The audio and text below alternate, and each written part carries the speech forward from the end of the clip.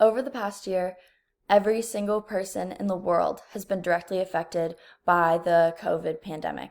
Whether you live in a country like the United States that's still in the thick of this pandemic, or in a country like New Zealand that's basically done with it, every single person has had to alter their way of life. Whether you've lost loved ones, whether you couldn't play sports, couldn't go to school, or couldn't see family and friends and couldn't have social interaction for a very long time, maybe not walk out of your house. This was something that affected basically every single person in the world. Even in the Gettysburg community, we couldn't have everybody on campus in the fall or in the spring. And while this is obviously very personal experiences to us, everybody living through this pandemic, one day is going to be sitting down with their grandkids talking about what this pandemic was like and what it was to go through it. And while we think these experiences are very unique to us, they actually aren't. Pandemics are very popular. They've occurred a lot in history. So I'm going to share my screen.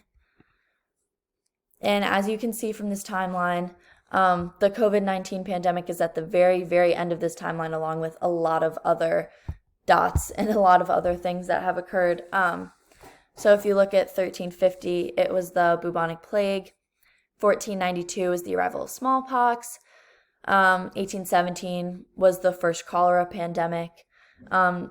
1916 was a major polio epidemic, and 1918 was the Spanish flu and H1N1 pandemic.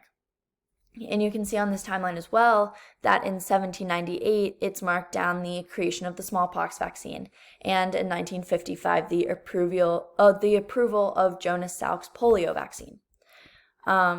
So this runs true with COVID as well. A lot of people have seen a vaccine as a holy grail, as a solution, as a way to return back to normalcy throughout this past year of vast uncertainty. And I'm going to tell you why I agree with that statement and why I think that the most people possible should get vaccinated, and why you specifically should be motivated to go get vaccinated as well. And obviously starting out first with the Gettysburg community, even just as an example. I'll talk about the concept of herd immunity later, but the more people that are vaccinated, the safer an environment is. And that applies to small communities like colleges and big communities like countries and overall the world. So first, I think to properly set this up, I need to explain to you what exactly vaccines are. So as you can see from this little graphic, we have measles, flu, and chickenpox all as examples of pathogens and antigens. They're basically the same thing. And they're basically just diseases and viruses that infiltrate the body and basically cause it harm and that aren't supposed to be there. And while not all pathogens are harmful, all diseases are pathogens, if that makes sense. So it's like the square rectangle type of thing. So for every antigen, there is an antibody created to combat it. And as you can see, each antibody, the measles antibody, is structured differently than the one for the flu, and the flu is shaped differently than chickenpox, et cetera, et cetera. So if you look in the lower right-hand corner, there's a new pathogen, and there's no antibody for it, because they have to be made specifically to combat that and that pathogen. If the body's never seen it before, then you can't combat it. So this plays into basically what vaccines are, and how basically what vaccines are, and sorry, I was having issues with my computer. This basically plays into what vaccines are and how exactly they work. So you can naturally gain those antibodies over time, but the only way to really do that is to be infected with the pathogen. And at the end of the day, you'd prefer not to have that in your body and get sick from it. And even then, it can vary how long those antibodies last. I'm sure there's a lot of stuff that everybody's hearing. Obviously, vaccines and antibodies and how long they last and this and that are constantly in the news, and are little things that are affecting our lives in big ways right now. So I hope that this resonates with people personally, and that they can go back out into the world and feel like they're more informed and feel like they have some security in knowing more about everything that's going on. So from that, just using COVID as an example, obviously, as you saw on the timeline there, have been a lot of vaccines over time and a lot of pandemics to go along with it. But specifically the COVID-19 vaccine, how it works is it uses mRNA, and mRNA is messenger proteins that send out genetic material to your body and make more proteins. So basically, this vaccine sends out messages to the cells in your body to create those antibodies, and this is a very effective route of vaccine because it's continuous. By making that mRNA once, it continues to be made, and it ensures that antibodies last longer. Whereas if you're naturally contracted with COVID right now, they think antibodies can only last 1 to 3 months, whereas this is going to last much longer. So a lot of people, even with this, still have a lot of fears with vaccines. They're worried about putting something foreign in their body, and are worried about the possibility of it negatively affecting them, even though it's meant to help them. And basically this picture is, in 1 second, you can see a lot of people's fears with this. So it's pain at the injection site, fatigue, headache, muscle pain, chills, joint pain, etc. And a lot of people see those, they see those side effects and get very worried, get very scared. And it basically fuels a lot of people's uncertainty with getting vaccines. And even though they're temporary and they don't last long, it's obviously something that you would rather avoid. But all of those are very temporary and they don't last long at all. At most, it's usually 3 days or a week. And those are all things that are identified throughout that very extensive testing process that I mentioned earlier.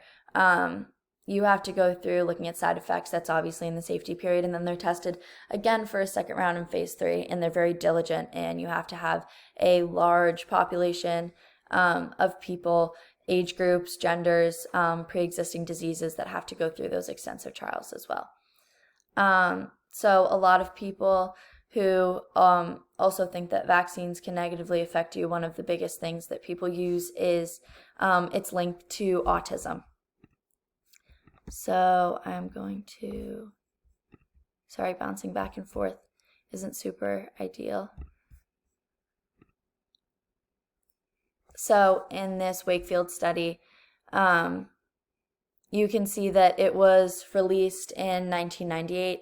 It was basically a study released trying to link autism to vaccines.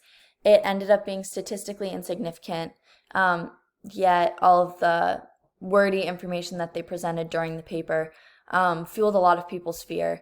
And as you can see, numbers began to drop for people receiving MMR vaccines, which MMR vaccines are measles, etc. Just a lot of the vaccines you get as a baby in like the pediatrician's office before you can even talk. So your parents are usually the ones that sign off on it.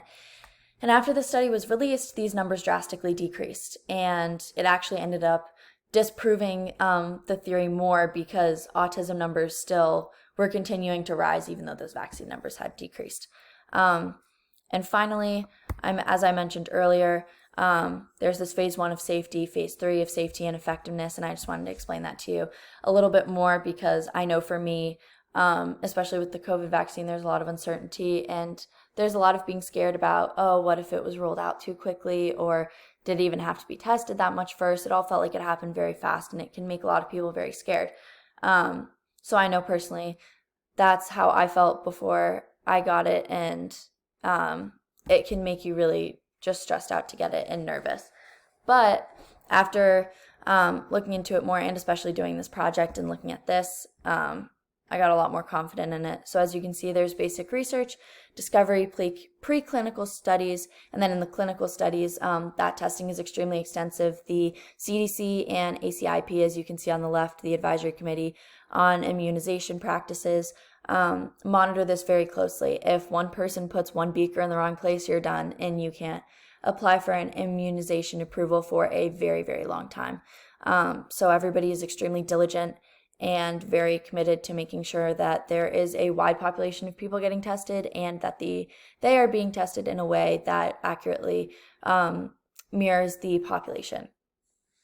And basically all of this is to accomplish herd immunity. I thought this image explained it really well, even though it says COVID vaccine as an example. It applies to all pandemics, all diseases.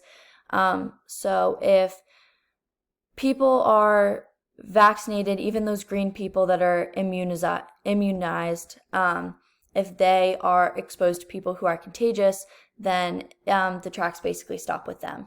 And they can't continue to spread it to the rest of the community. And obviously, the more people that are immunized and vaccinated affect that greatly as well. So that's basically the end goal. And the more people that are vaccinated, the easier it is to achieve that. And I hope that after listening to this presentation, you feel more confident in getting a vaccine and understand why it's important and how it's going to positively impact the people around you and even people that you don't know.